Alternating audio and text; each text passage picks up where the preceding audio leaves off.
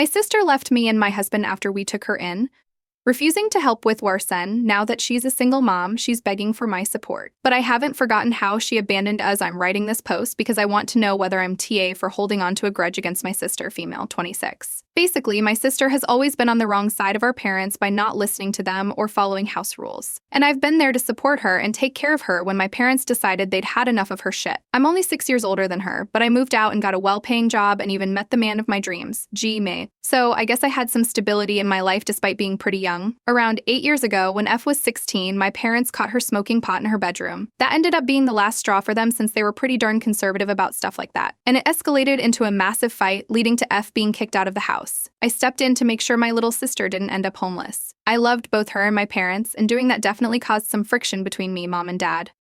But I couldn't bear to see F kicked out like that for something which I believed wasn't the worst thing in the world. I mean, she was just smoking a little pot, to be honest. So I told her that she could move in with me and G, and I'd also try and smooth things over with our parents. She was really happy to hear this, and things went great for a while. For a whole year, F was a great housemate to have. She respected G and my boundaries, did chores, and it was fun having my little sister around. However, after my husband and I had our child, H, male, 7, things began to get a little tough at home. While we were doing quite well financially, I had to travel often while G had to go abroad for an extended period on a research fellowship. Due to this unfortunate work situation, I would either have to bring H with me to work or hire a babysitter. F wasn't at home in the morning and afternoon due to her school, and in the evening she would work at her part-time job, so it wasn't really on her to take care of her nephew. However, she later told me that she was planning on quitting her job to focus on her art career.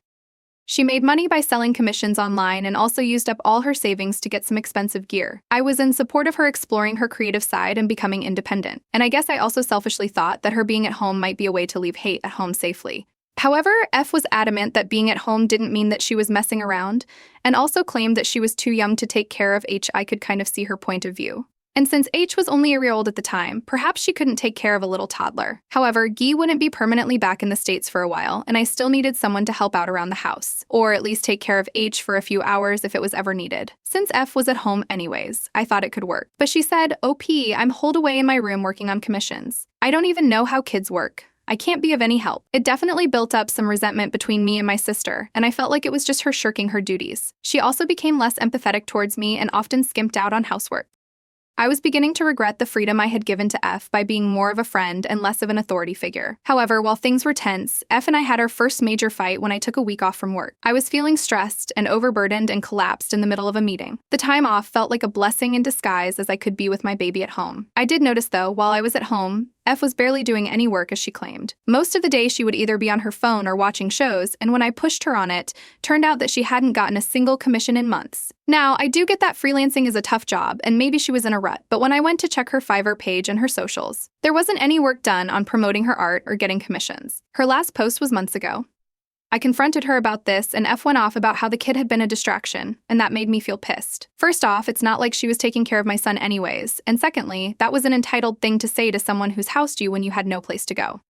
I retorted back by saying, hey, you can't talk about H like that, and you need to understand that you're becoming an adult now. I'm not looking to parentify you, but I need you to pull your weight a little bit around here. That was the point of no return, it seems, and F said that she didn't feel like living with us anymore and moved out after a month or so. By this time, things were better between her and our parents, so they sent her money and she ended up going back to working minimum wage. After she moved out, F got pregnant and now has a kid, female one, and obviously is struggling a little with being a single parent in a small apartment. My parents were ecstatic to have another grandchild and worked out their differences with my sister. They take care of her baby a lot, but that honestly makes me resentful because they were never the same way with H. A lot of things crumpled together. But those reasons make me kind of hold out or make excuses to not babysit F's kid, and she recently called me out for it. My husband tells me I'm just being petty, and it's time to move on, but I don't think F has ever understood how she was in the wrong during her time living with me. So why bet if I refuse to babysit my niece? Update 1.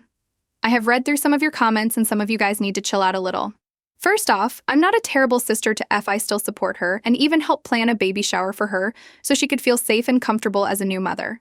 Also, I'm not holding out on babysitting just because I'm petty. I do genuinely have too much stuff going on, and sometimes I need to take care of each too. Although G is back from his fellowship, he's still working hard and can't always be at home. It's just that I'm not necessarily going out of my way to make time to my niece. However, I do think I need to talk to F after she called me out about not being able to babysit her child. I guess I need to express where this behavior is coming from and demand an apology from her. Only then do I think I would be able to move forward. Update 2. So I spoke to F and was ready to talk, and things went pretty well. I started by saying, sis, I do think it was a bit douchey of me to not want to spend time with your daughter. I mean, I am busy, but that's no reason to not build a bond with her. But I feel like you never try to do the same thing with H, and that makes me a little angry. Do you think you could work on that? I promise to do the same. She was surprisingly understanding of the situation and agreed that during her stay at my house, she basically fell into a spiral and couldn't work or function properly. Instead of working her way out of it, her coping mechanism was to shut down and blame her living situation for the rut she was in. She regrets moving out hastily as she did and says that she was in a tough spot ever since then. However, her daughter has given new meaning to her life and she's trying to better herself for her kid. It hurts me that I missed out on this growth with my sister because of our fight, and I know that she's trying her best and is working towards improving. So I should be there for her too. F and I have reconciled and we're going to become a much more close-knit family. During all this time, our parents have been playing both sides, but I mean, I don't blame them. After they made up with F and took on the task of helping out with parenting, they also tried to keep themselves in my good books. I had a heart-to-heart with them about how I don't feel like they ever really involved themselves when my kid was born, and they reasoned that I was already well-sorted, and F needed more help than I did. Both my sister and I thought this was a pretty damn stupid line of thought, and told them the same, and it did get through that it was a pretty toxic thing to do. So my parents have also promised to become more equal as grandparents. Honestly, everything seems to have come together pretty well, and I'm happy that the family's no longer fragmented. I fully admit some of it was due to my stupidity, and I will be better from now on. Anyhow, our first step forward is going to be a play date between H and my sister's child, and we'll both take a day off to spend some quality time with them. Update 3. I'll keep this short, but oh my god, the play date looked so fun. F and I worked well as a team. My husband was also chipping in, and the kids were super well behaved. It was straight out of a feel-good movie. I feel like there's mutual respect and understanding in the family now, and my sister and I will both work towards helping each other as new parents. Yeah. Your sister was right, she was too young. I do think it's valid to ask her to start doing more around the house or to show concern for her career, but you made it about your kid, which doesn't make any sense to me. I do think your sister was also kind of a douche, though. Nana. I think F capitalized on having a free place to stay and was coasting until you ended up calling her out. Yeah, she was young, but mature enough to help with the kid and also to at least have a proper dialogue with you if she felt like she couldn't do that. Next story. I, 17, female, will be celebrating my 18th birthday in a few weeks. In my culture, it's called a debut and is equivalent to quince or sweet 16. My mom, 43, female, didn't have a debut experience during her time, so she wants me to have a great one. She budgeted up to $60,000 for this event, booked the venue 11 months ago, and my initial dress fitting 9 months ago. Mom and Jay, 48, were both widowed, and they had been married for 7 months. Jay has a son and 3 daughters with his first wife. They didn't move in together entirely after the wedding, but he would sleep at our place when my mom wasn't traveling.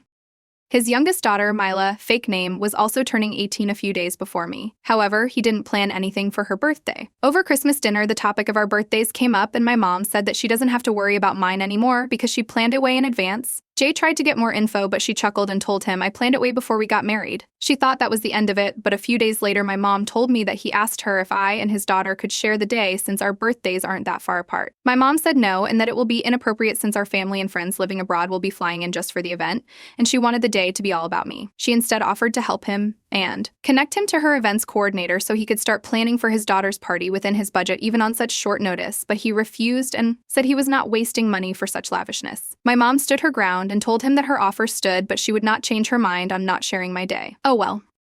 Step-siblings came over yesterday to enjoy the amenities in our apartment building and for a barbecue when they saw the invitations and stationaries on the table as I was sorting them out when they arrived. Mom, Jay, and step-bro were already at the pool by this time. Mila broke down in tears and begged me to convince my mom to let her share my party with her since we are basically sisters now. I said, I'm sorry, but I'm not the one making plans, nor is it my money being spent on it, so it's not up to me. Her older sisters backed her up, and they even suggested that I test my mom by telling her that I wouldn't show up to my party if I couldn't share it with Mila. So I told them that they obviously did not know my mom and that she isn't the type to test. All 3 of them then berated me and called me a stupid and selfish brat for not understanding that family should share and that I was a coward weakling because I couldn't stand up to my mom. I was shocked. I just walked out and stayed away from the rest of them all day. I still feel shaken by this, and knowing my mom, she will bring hellfire on them, even if it costs her her marriage if I tell her, so I don't know if I should tell her. Aita? Eat it. For everyone asking, yes, this is a Filipino debut. Edit 2.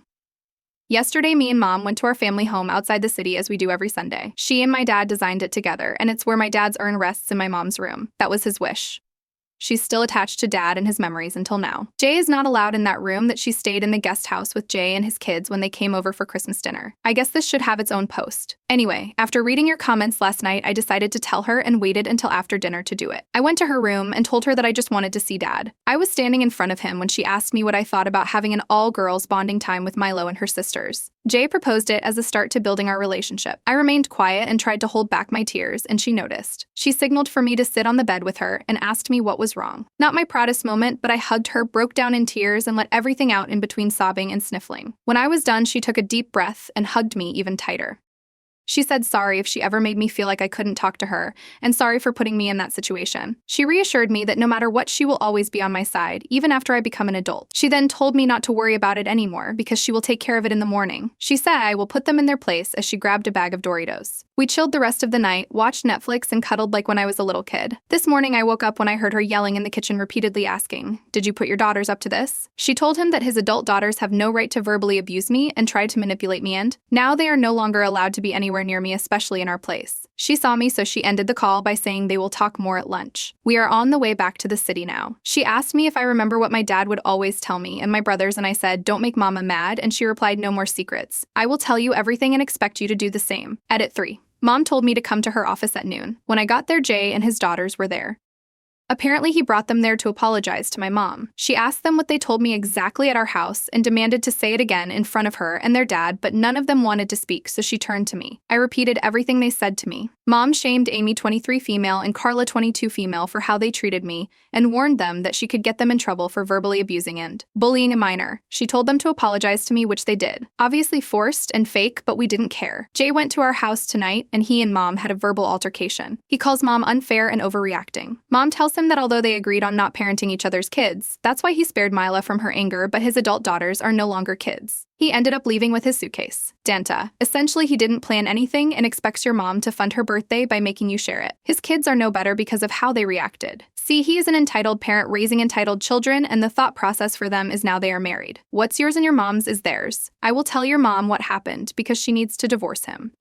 Yes, I know that a $60,000 party does sound ridiculous and too lavish. I'm the eldest granddaughter on my maternal side of the family and the only granddaughter on my paternal side. Both sides of grandparents pitched in a combined total of $30,000, and my godfather, my dad's best friend, gave $10,000. Most of the people on the 500 guest list are my mom's guests from her work and business. Others are family friends and relatives from 2 countries, and less than 100 are actually my invites. This is also a 2-parts party with a cotillion ball and formal dinner for the first part and rave party for the rest of the night. Next story. I, 44 female, married my husband, 47 male, nearly 12 years ago, and gained an amazing 5-year-old bonus daughter. Mary's mom died of cervical ovarian cancer when Mary was barely a year old. They didn't catch her until she was halfway into her pregnancy, and by then she didn't want to risk losing her baby by chemo, so she put off treatment until after birth, but by then they could only buy her time. Obviously, this was very traumatic for my husband, and Mary has been in therapy since before I knew her to help with that loss as well. Mary is now almost 17 and we're really close. I never officially adopted her, though I offered, but I never needed a piece of paper to tell me I loved her if she did come for me. We see musicals, take art classes, go shopping, out for coffee to get our nails done, go hiking, etc. together because we genuinely enjoy hanging out. She's the best and only kid I'll ever have. 2-ish weeks ago, Mary and I were at the nail salon when she nervously asked me to help her make an appointment with an obgyn. Mary is almost never nervous. She told me immediately after she had her first kiss, so it piqued my interest, but I said of course I would and asked if she had any specific issues or concerns. She has been dating a boy for about 7.5 months, so I thought maybe she wanted birth control, but she explained how she'd found and looked through some of her mom's hospital medical records, and it scared her enough that she wanted to get screened as soon as possible for cervical ovarian uterine cancer. She also asked that I not tell her dad right away because she didn't want to drag up any negative feelings. She wanted to tell him herself after she'd been seen. I took this as Mary wanting to be more independent and autonomous, so I acquiesced, made the appointment, and left it at that. This past week was her appointment, and at her request I accompanied her to the office but waited in the car. Afterwards, she had a business card for a genetic counselor that the doctor recommended and was talking about possibly wanting to get a genetic screening to find out her cancer risk. When we got home, she went to find my husband in his study, and they were in there for a while talking. When they came out, Mary gave him a big hug, and then my husband asked me if we could speak in private. Once we were alone, he was so pissed off at me for not telling him about the appointment and keeping it a secret. I tried to explain that Mary had asked me to and wanted to tell him herself, so I was just respecting her wishes, but that wasn't a good enough excuse. To him, she's still his child, and any or doctor's appointments need to be run by him beforehand and not after it's been had. I apologized, but he just said that now he doesn't know what other secrets you girls are hiding from him and has been sleeping on the couch in his office the past couple of nights. Ida for not telling him right away. Tana, while I understand the husband's concern, his daughter is at an age when she can make informed decisions about who to ask for help or not. It's good that Mary takes her health seriously enough to do that and be proactive in case anything happens. Dan, to certain problems are easier to talk about with a parent of the same gender, even if it is a step-parent. Does he really think if he had a stepson, he'd want to go to his mom about a sex-related medical problem? And you've been a mother for her for 12 years. Also, he needs to get over it, because the next time Mary has something like this, she might not tell either of you. She won't tell her dad because she's naturally uncomfortable, and she won't tell you because she doesn't want to piss him off, and the consequences of that could be way worse. And come on, of course, the stepmother and her stepdaughter have some secrets the dad doesn't know about. Tenta Mary is 17, and it's more than reasonable for a young woman to want to have conversations about womanhood with the elder woman she's closest within her family. I can totally relate to Mary. Dad will hopefully come around and be thankful you have been a woman she can trust in her life.